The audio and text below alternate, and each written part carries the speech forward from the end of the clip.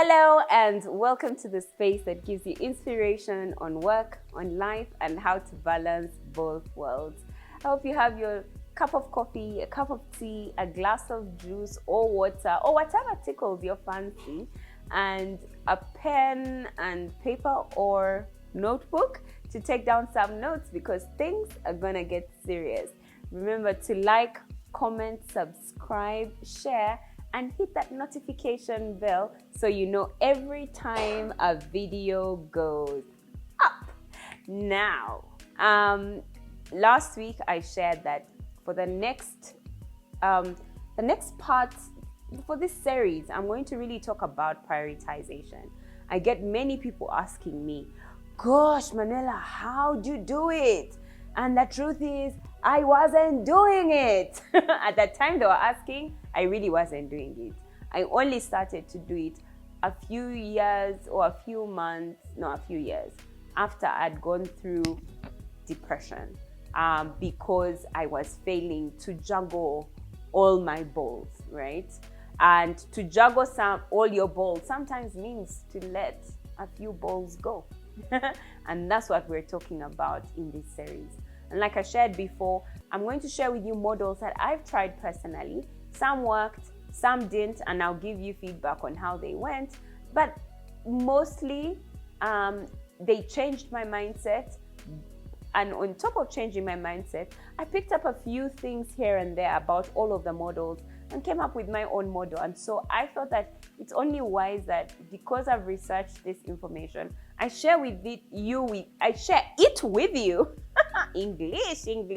I share it with you in the order I wish I had received it at the point that I was researching, so that you yourself can make your own deductions. Or you could just choose to try them out and pick out what works for you.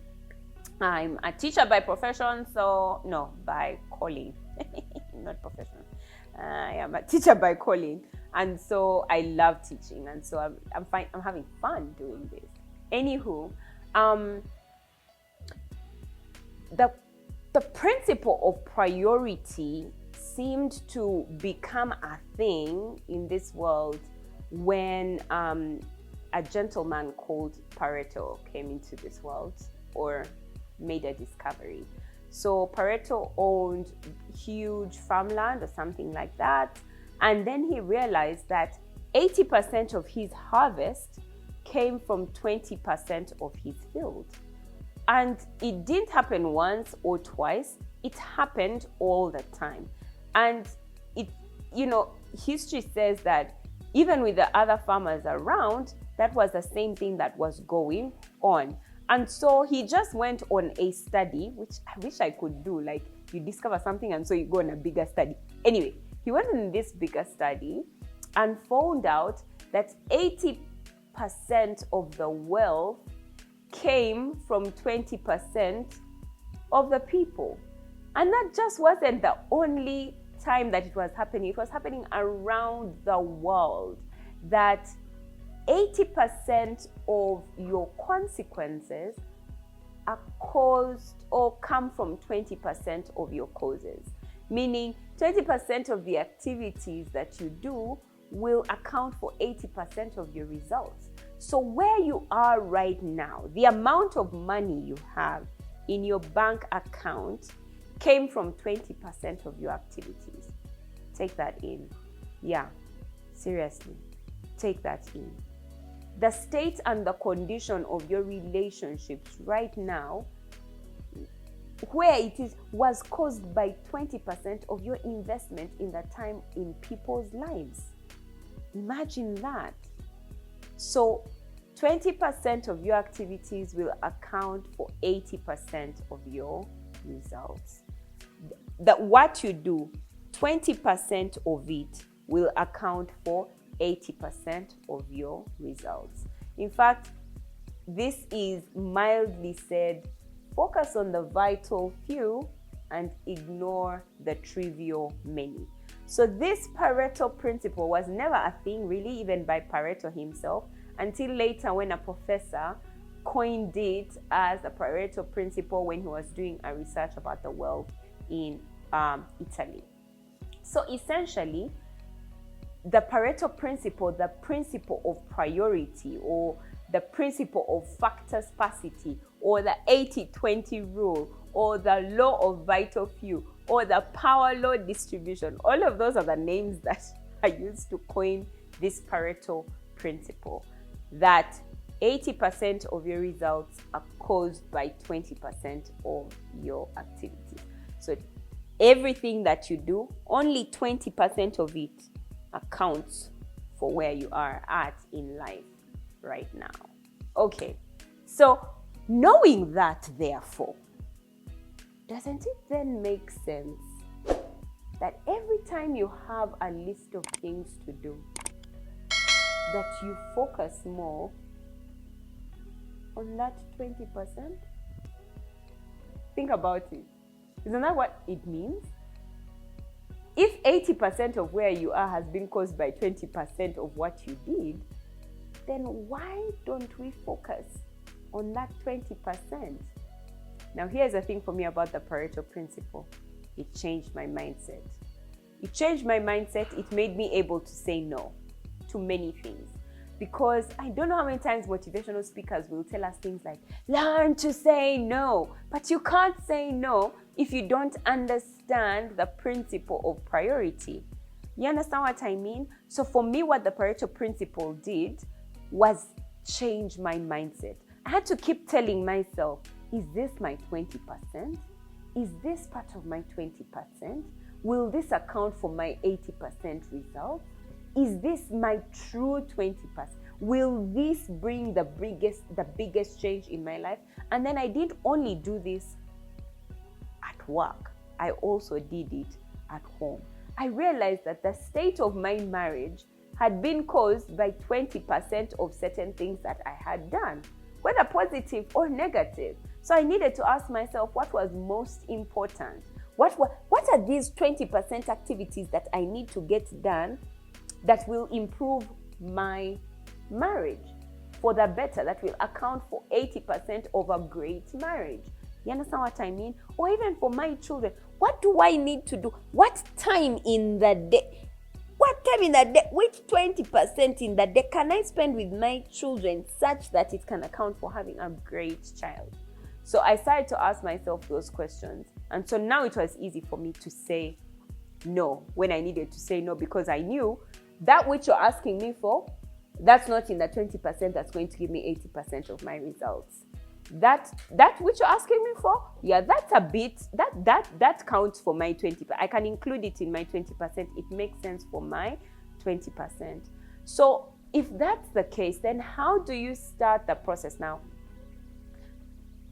Many people will do it differently, but this is how, when I was trying out the Pareto principle, what I did.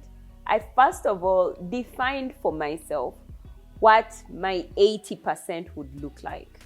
Okay, so my 80% would look like a happy, peaceful, organized home of good food, happy children, brilliant children, because I do want us paying school fees for children who are not going to do school. Like, where are we paying fees? Huh? Why? The African mother in me hits back. Inside, they have to get good grades. They have to get good grades. So that's what I wanted in my home, and I'm going to use my home as an example. So I had to first define what my 80% is. What does your success look like? Now, motivational speakers say, what does your success look like? For this Pareto principle, it's what does your 80% look like? What does that life with your 80% of your results look like? Now that I knew what it was, I started to look at my, actually, let me give it to you chronologically, because I'm good at that one. So the first thing you're going to do is state what your 80% looks like. The next step is to write all the tasks you want to do, all the things that are on your mind, all of your thoughts, all of your dreams down on paper. For those who know me, I call that a brain dump. Get a glass of wine, water, juice, whatever tickles your fancy. Get a paper, get a pen, write everything on your mind.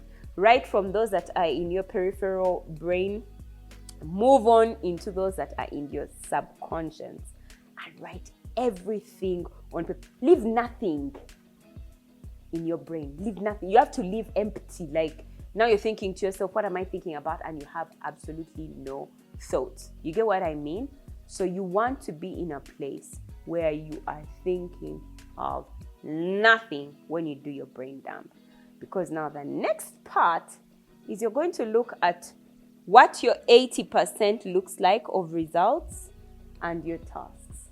And ask yourself, so this first task, how does it contribute to this, my 80%? How? This dream, how does it contribute to my, this wish, how does it contribute to my 80%? You look at each task, and every task that contributes to your 80% results, for sure, no doubt, 100% connection, direct connection to you being able to reach your 80%. Those are tasks that you need to note. The rest, throw them out. That uncle who told you you don't visit, what's happened with you? If that relationship is not in your 80%, let it go. For somebody else, it is. But for you, it is not. If taking your children to the museum contributes to your 80%, results of having children with good grades. Now, for example, me, taking them to the museum is a task that needs to be prioritized, okay?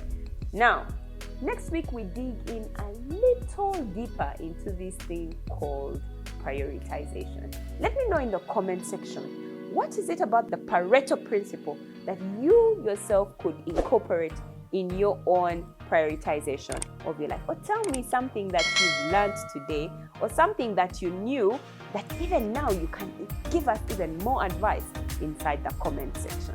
Okay, I can't wait to see you next week. Bye-bye.